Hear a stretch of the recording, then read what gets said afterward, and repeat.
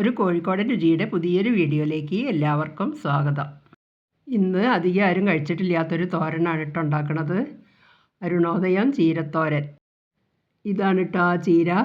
സൂര്യപ്രകാശം നല്ലോണം കിട്ടുകയാണെങ്കിൽ നല്ല കാപ്പി കളറായിട്ട് ഉണ്ടാവും ഇതിൻ്റെ ഇല. ഇതിന് നീലലോഹിത ചീര, അയഡിൻ ചീര, കാട്ടുചീര അങ്ങനെ പല പേരുകളിലും അറിയപ്പെടുന്നുണ്ട് കേട്ടോ. ഇത് ഒഴിഞ്ഞ പറമ്പുകളിൽ, വഴിയരികിൽ, റോഡ് സൈഡിലൊക്കെ ഇഷ്ടം പോലെ കാണുന്ന ഒരു ചീരയാണ്. ഇത് വീടിൻ്റെ മുന്നിലെ ഒരു ഒഴിഞ്ഞ തൊടിയാണ്. എൻ്റെ അയൽവാസി 2 കൊല്ലം മുന്നേ പൂവിടാൻ വേണ്ടിയിട്ട് കൂട്ടത്തോടെ പറിച്ചു കൊണ്ടുവന്നതായിരുന്നു. എന്നിട്ട് അതിൻ്റെ ഇലയൊക്കെ എടുത്തിട്ട് അരിഞ്ഞ് പൂവൊക്കെ ഇട്ടതിന് ശേഷം അതിൻ്റെ വേരും അതിൻ്റെ പൂവൊക്കെ കൂടി ആ തൊടിയിലേക്ക് ഇട്ടതാണ് കേട്ടോ. അതിൻ്റെ ശേഷമാണ് ഇത്രയും ഇവിടെ പട്ടാളിച്ചിങ്ങനെ വന്നത്. ഇനി ഈ ചീരേൻ്റെ തളിരിലയോട് കൂടിയിട്ടുള്ള മീതത്തെ ആ ഭാഗം അങ്ങോട്ട് നുള്ളിയെടുക്കുക. എന്നിട്ട് അതിൽ വല്ല പ്രാണിയോ കീടങ്ങളോ എന്തെങ്കിലും ഉണ്ടോ നോക്കിയതിന് ശേഷം ഓരോരോ ഇലയായിട്ട് എടുത്തിട്ട് ഇതാ ഒരു പാത്രത്തിലേക്ക് മാറ്റിയിട്ടുണ്ട്. ഇത്രയാണ് കേട്ടോ ഒരു തോരൻ വയ്ക്കാൻ വേണ്ടിയിട്ട് എടുത്തിട്ടുള്ളത്. ഇനി ഈ ചീരയിൽ 2-3 പ്രാവശ്യം നല്ലോണം കഴുകിയെടുക്കണം. മഴ പെയ്യുമ്പോൾ മണ്ണ് തുള്ളിത്തെറിച്ചിട്ടും പിന്നെ കാട് പോലത്തെ സ്ഥലത്തൊക്കെ ഉണ്ടായതല്ലേ, അപ്പോൾ നല്ലോണം ഒന്ന് കഴുകിയെടുക്കുക. ഈ ചീര കഴുകിയെടുക്കുന്ന സമയത്ത് വെള്ളം നല്ലോണം ഇതുപോലെ പൂക്കിയതിന് ശേഷം വേണം മറ്റേ പാത്രത്തിലേക്ക് ഇട്ട് കൊടുക്കാൻ. എന്നിട്ട് അരിയണ സമയത്ത് പിന്നെ അതിൽ വെള്ളം ഊർന്ന് വന്നിട്ടുണ്ടാവും. അതിങ്ങനെ കൈ വെച്ചിട്ട് പിന്നെ ഒന്ന് ചെരിച്ചിട്ട് ആ വെള്ളം മുഴുവൻ പോക്കിയെടുക്കുക. എന്നാലേ ഈ തോരൻ കൊഴുപ്പില്ലാതെയും കുഴഞ്ഞു പോവാതെയും കിട്ടുള്ളൂ. ഇപ്പം ചീര ഇതാ തീരെ വെള്ളമയമില്ലാതെ ഇതുപോലെ അരിഞ്ഞെടുത്തിട്ടുണ്ട്. ഇനി തോരൻ ഉണ്ടാക്കാൻ തുടങ്ങുക. അതിനൊരു ചീനച്ചട്ടി അടുപ്പത്തേക്ക് വെച്ചിട്ടുണ്ട്. 2 ടേബിൾ സ്പൂണ് വെളിച്ചെണ്ണയാണ് കേട്ടോ ഒഴിച്ചെടുത്തത്. വെളിച്ചെണ്ണ ചൂടായി വരുമ്പോൾ 1/2 ടീസ്പൂണ് കടുകിട്ട് പൊട്ടിക്കുക. അപ്പം കടുകൊക്കെ പൊട്ടി വന്നിട്ടുണ്ട്. അതിലേക്ക് ഇനി 2 വറ്റൽമുളക് ഇട്ടിട്ടൊന്ന് മൂപ്പിച്ചെടുക്കുക. ഇതിലേക്ക് അരി വേണമെങ്കിൽ വറുത്ത് ചേർത്താം. ഞാനത് വിട്ടു പോയതാണേ. നല്ല ടേസ്റ്റാണ് അരി കടിക്കുമ്പോൾ. ഇപ്പം മുളക് മൂത്തിട്ടുണ്ട്. ഇനി അതിലേക്ക് ഒരു മീഡിയം സൈസ് സവാള ഇതുപോലെ ചെറുതായിട്ട് അരിഞ്ഞതിട്ടിട്ടൊന്ന് നല്ലോണം വഴറ്റിയെടുക്കുക.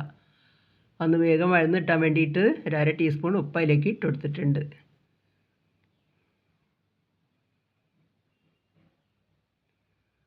നല്ലോണം അങ്ങനെ മൊരിഞ്ഞ് വരുമൊന്നും വേണ്ട, നല്ലോണം ഒന്ന് വാടി കിട്ടിയാൽ മതി.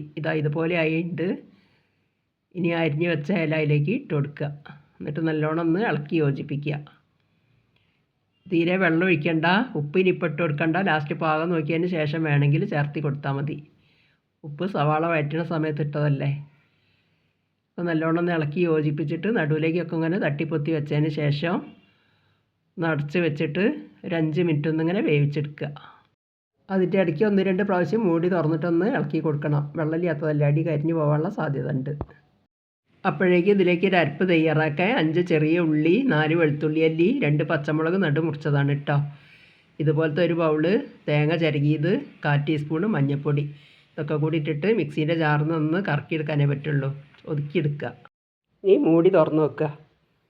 ചീര നല്ലോണം വെന്തൊക്കെ സെറ്റായിട്ടുണ്ട്.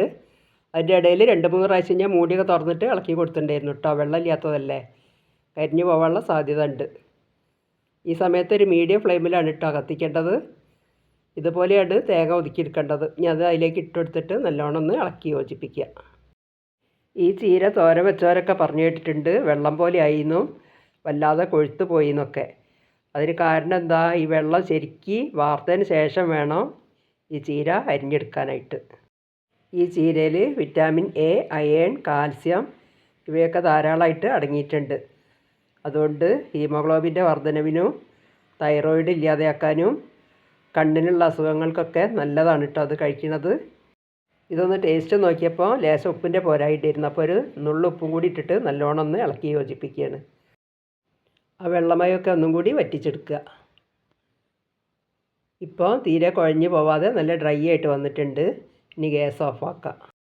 അങ്ങനെ സൂപ്പർ ടേസ്റ്റിൽ കാട്ടുചീര തോരൻ ഇവിടെ റെഡി ആയിട്ടുണ്ട്. ഇതിനൊരു സെർവിങ് പ്ലേറ്റിലേക്ക് വിളമ്പി മാറ്റുക. കടയിൽ നിന്ന് വാങ്ങണ പച്ച ചീരേൻ്റെയും ചുവപ്പ് ചീരേൻ്റെയും ഒക്കെ അതേ ഗുണങ്ങൾ തന്നെയാണ് കേട്ടോ ഈ ചീരയ്ക്കുള്ളത്. അതുകൊണ്ട് ഇത് കാട്ടുചീരയാണെന്നും പറഞ്ഞിട്ട് ഇതിനാരും അവഗണിക്കരുത്. നല്ല ടേസ്റ്റാണ് കേട്ടോ. അതിൻ്റെ തോരൻ ഉണ്ടാക്കി കഴിച്ചാൽ തന്നെ അതിൻ്റെ ടേസ്റ്റ് അറിയുള്ളൂ. അതുകൊണ്ട് എല്ലാവരും ഈ ചീര കിട്ടുമ്പോൾ ഒന്ന് ഉണ്ടാക്കി കഴിച്ച് നോക്കുക. സൂപ്പർ ടേസ്റ്റാണേ. അപ്പോൾ ഇന്നത്തെ ഈ ചെറിയ വീഡിയോ ഇഷ്ടപ്പെടുകയാണെങ്കിൽ ലൈക്ക്, ഷെയർ, സബ്സ്ക്രൈബ് ഒന്നും ചെയ്യാൻ മറന്നു പോകരുതേ. കമൻറ്റും എഴുതി അറിയിക്കണേ.